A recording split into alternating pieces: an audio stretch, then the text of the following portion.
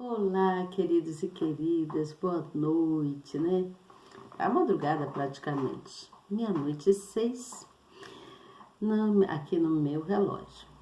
Mas, independente disso, vamos dar início aqui ao que eu prometi, né? Que eu vim falar sobre a preservação do justo. Então, eu vou ler para vocês o que está na Bíblia, né? O que está escrito aqui, o capítulo que está na Bíblia, e depois eu venho com a explicação para vocês, tá bom? Venho com a explicação, mas antes da gente começar, você, por gentileza, se inscreva no canal, aperta aí na palavrinha inscrever, no sininho na palavrinha todas. Depois, você, no final, você compartilha a palavra, tá bom? Leva a palavra amiga para alguém, não custa nada você fazer isso. Faça isso, será de grande valia para todos vocês e para aqueles que ouvirem, tá bom?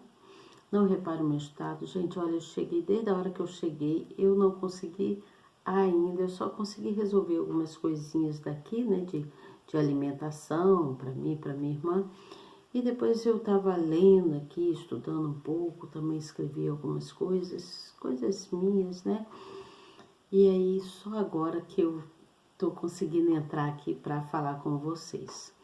Mas vocês me perdoem pelo horário.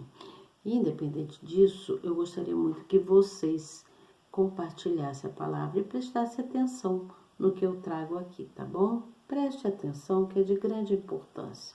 Deus, ele se agrada muito daqueles que são temente a palavra dele, daqueles que confiam nele, né? Então, nós devemos perseverar, estar sempre buscando estar na presença dele, na presença do Pai, tá certo? Independente do horário. Muitas das vezes a gente fica doido para resolver logo os assuntos, deitar e descansar e dormir um pouco, né? A verdade é essa. Eu sei que nós precisamos descansar, nós precisamos estar com a cutis boa, né? Para o amanhecer, né? Dormir, relaxar, amanhecer com a cutis boa, com o rostinho bem suave, né? De a pessoa olhar para você e ver que você, poxa, como a pessoa está serena, como a pessoa está descansada, glórias ao Senhor, né? Mas nós também temos os nossos momentos que às vezes não dá para a gente fazer tanta coisa ao mesmo tempo e aí a gente tem que ir por parte, quando a gente vê a hora correu, como no caso de hoje, a hora disparou e eu não consegui realizar muita coisa no dia de hoje, mas o importante é que eu estou aqui com a palavra, tá bom? Então prestem atenção, vamos lá ao nosso estudo. Eu vou ler aqui sobre o capítulo então de número 9 do profeta Ezequiel e depois então eu venho com a explicação, tá bom? Então preste atenção. E aí diz assim no versículo de número 1 do capítulo 9. Então me gritou aos ouvidos com grande voz dizendo: Fazei chegar os intendentes da cidade, cada um com as suas armas destruidoras na mão.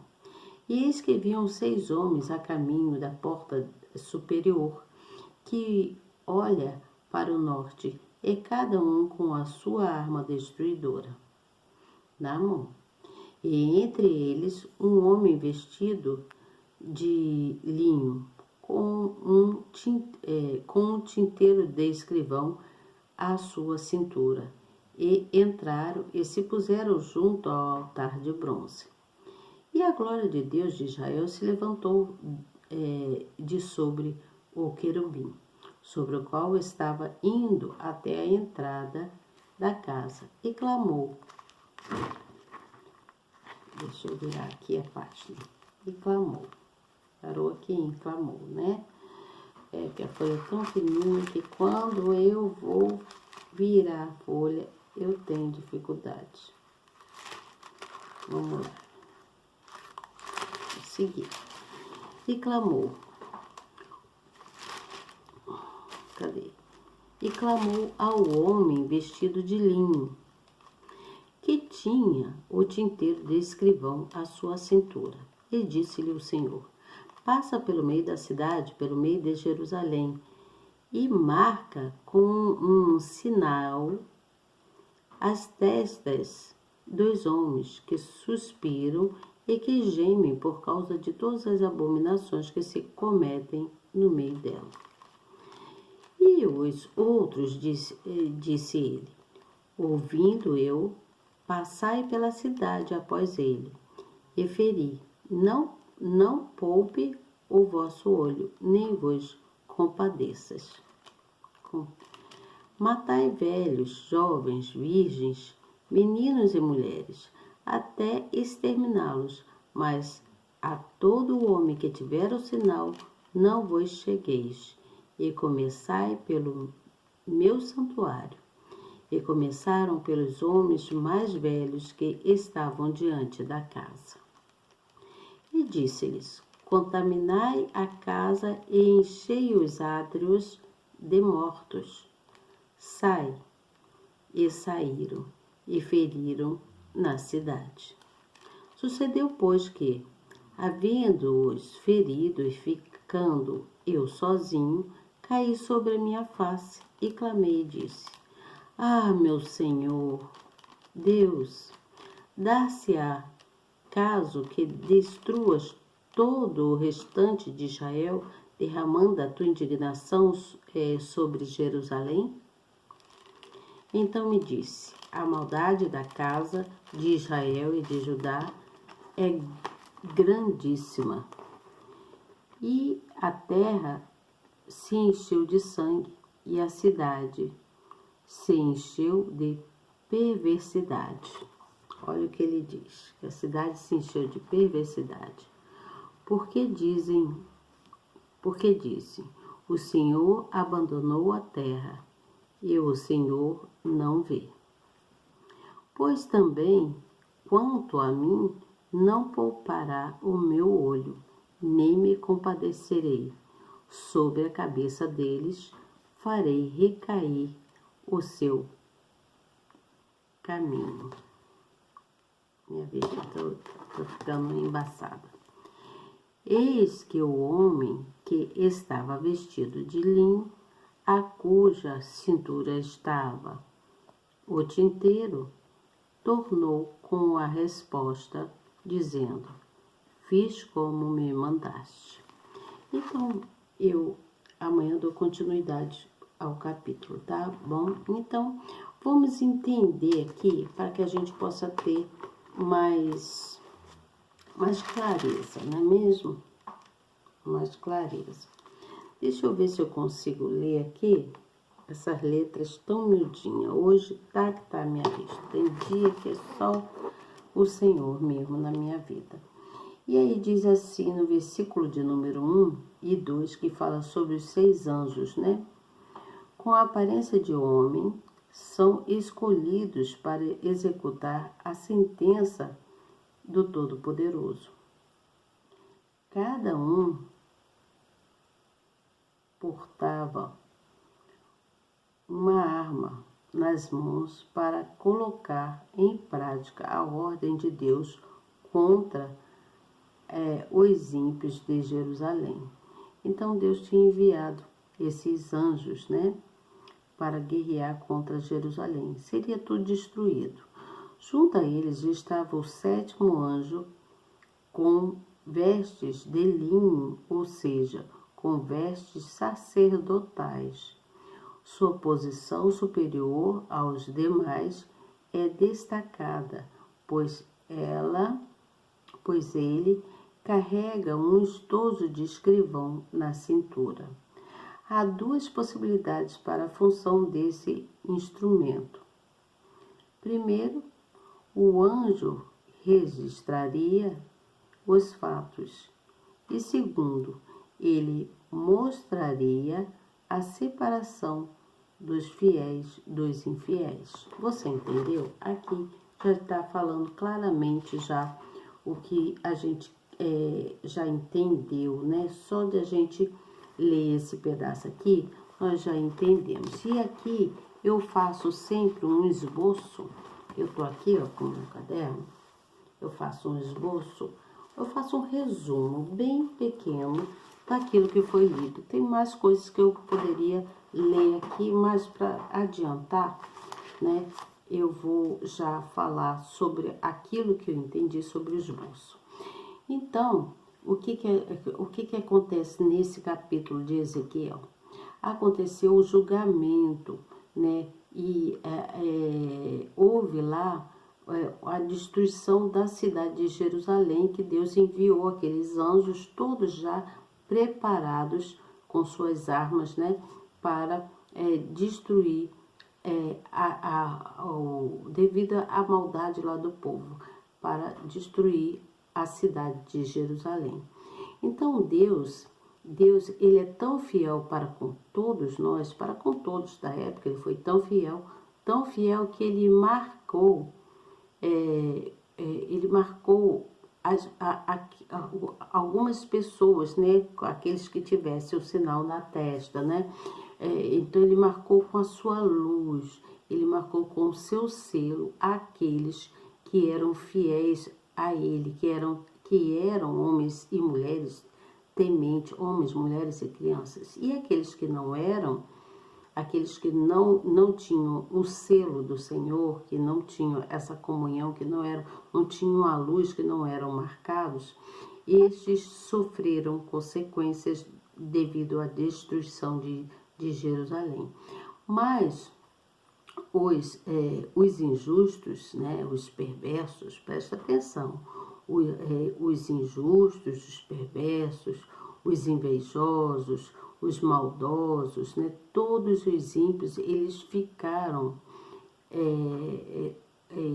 eles sofreram, né, a destruição, e nos nossos dias, todas essas pessoas que estão no julgamento de Deus, essas pessoas estão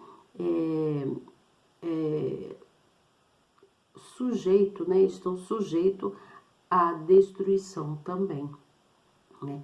Porque estão no julgamento de Deus, diante do julgamento de Deus, porque Deus, ele que é o juiz, é ele que ordena tudo, a destruição ou a construção. Neste caso aqui, ele faz a destruição dos ímpios, ele destrói todos aqueles que são ímpios, ele deixa com que coisas venham a acontecer para que haja uma destruição e a pessoa sofra as consequências do seu próprio erro, você entende? Então, na visão do profeta Ezequiel, ele quis mostrar o resplendor, né, de Deus. Ele quis mostrar a presença de Deus na vida deles lá. E é assim ele está fazendo nessa visão aqui que nós estamos tendo de Ezequiel, né? Nós estamos vendo que a grandeza de Deus nas nossas vidas devido a nossa comunhão com Ele. Quando nós temos comunhão com Deus, quando nós seguimos o que é verdade dentro do que é justo, então nós vemos a grandeza de Deus, nós vemos a presença dEle, o resplendor, a soberania desse Deus, você entende? Então, na verdade, esse capítulo, né, desse livro está mostrando o juízo de Deus, que Deus, ele é o juízo final. Aquilo que ele quer que aconteça, acontece, né? Então nós aprendemos que não há situação que Deus não possa transformar. Não há situação que Deus não possa mudar, né? Deus sempre muda cenários, Deus muda ocasiões, Deus muda sofrimentos, tristezas, né? Deus, tudo que não há nada que Deus não possa mudar, mesmo quando alguém está num leito de morte. Se Deus quiser que aquela pessoa viva, aquela pessoa vai viver. Mas se Deus permitir que ela parta por algum motivo ou para o julgamento final, que é o que ele dá, né? Quando ele permite que a pessoa morra, né? Ele então, ali ele está permitindo porque ele tem um julgamento a fazer daquela pessoa.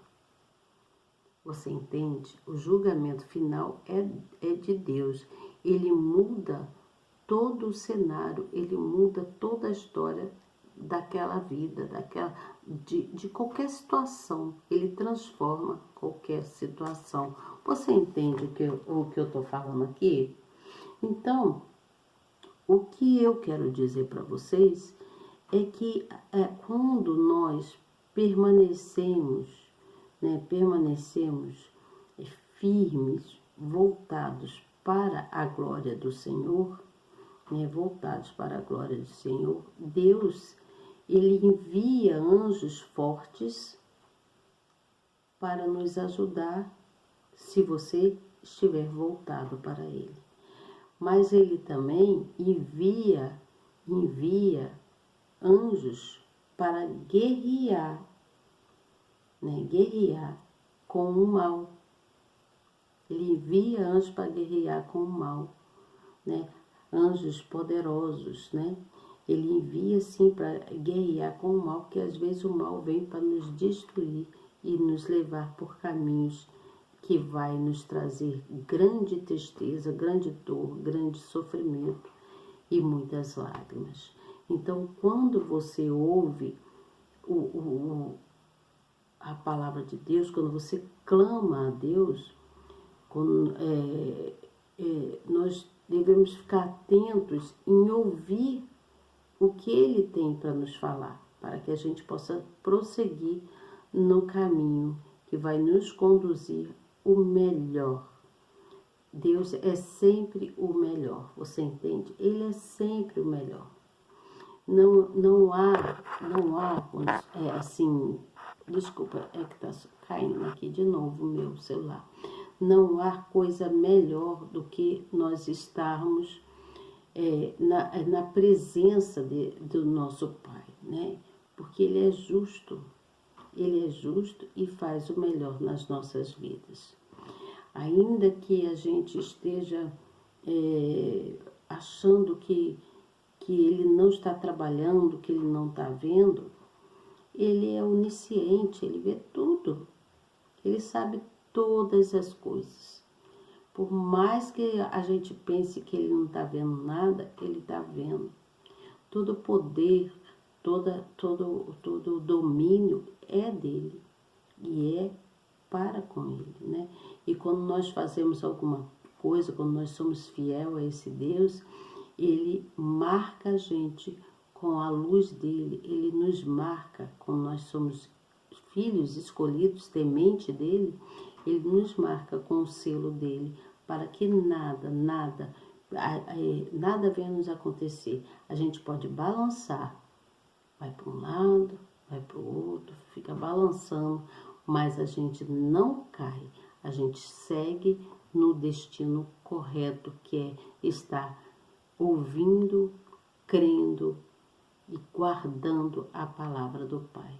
Esse é a nossa função, crer, acreditar que esse Deus é vivo, que Ele é a nossa única esperança, tá bom?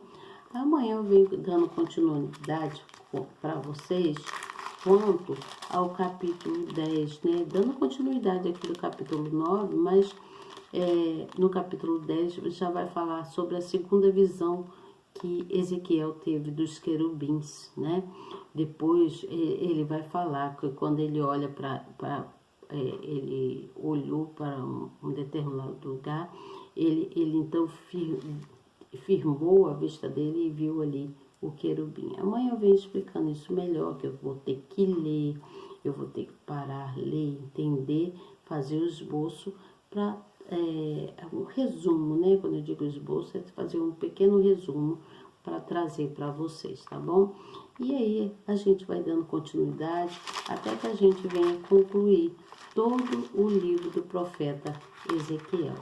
O livro do profeta Ezequiel é bem grande, bem extenso, Tudo que ele vem falando sobre todas as visões que ele teve,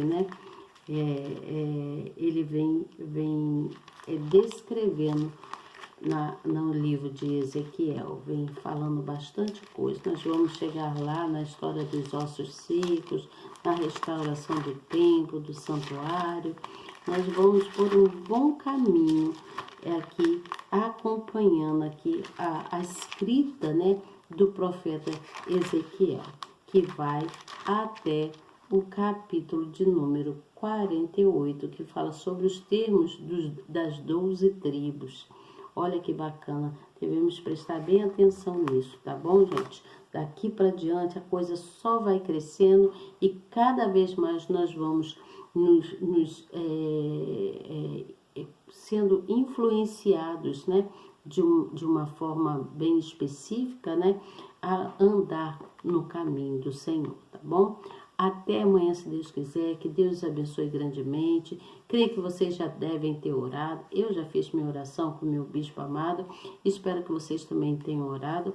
Independente, eu sou uma pessoa muito assim, independente, muitas das vezes eu oro com o meu bispo. Eu oro com ele assim, tenho uma fé tremenda, mas eu também gosto de estar quietinha conversando com Deus, sabe?